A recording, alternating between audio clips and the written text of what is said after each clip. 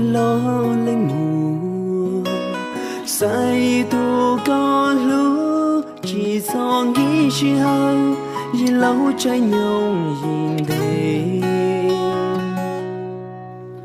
yo tuôn đời yo cũ tua yo tao mu chỉ bỏ cả tu chia mà mu con đến đời còn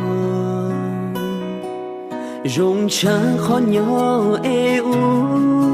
rau có mua lúa qua trái trừ lại lia trâu có thảo cơi tua có lúa nữa chỉ do cô chỉ xa có tu cô lúa nu nó lòng mù do tua cũng dù do cũng chơi mù nu nó nữ chỉ vì có chia khó tao lo nu có giờ tiếng ơi tao lo cho in ra kẻ xứ lo rong lời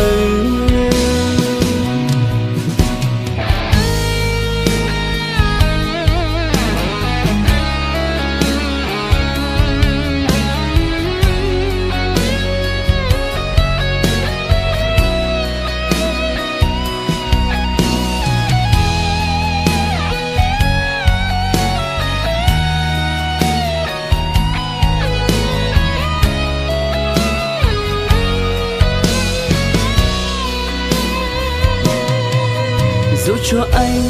bên cạnh em chỉ đến bên anh lúc em buồn. Dù anh yêu em và quan tâm em, người em yêu không là anh. Không muốn người anh yêu thương hôm nay sẽ là người dường như không biết gì.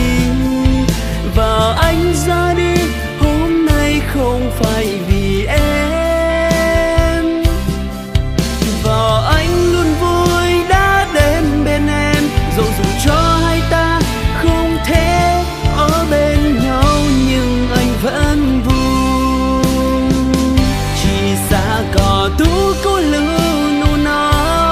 lòng mùi gió tua cũng dù gió cũng chơi mưa nụ nó chỉ giàu vì có cuộc dòng chia khó tao lo lưu ca giờ tiếng ưa tao lo cho in ra kẻ xứ lo dùng lời. Và anh luôn vui đã đến yêu em, dẫu dù cho hai ta không thể ở bên nhau, nhưng anh vẫn vui.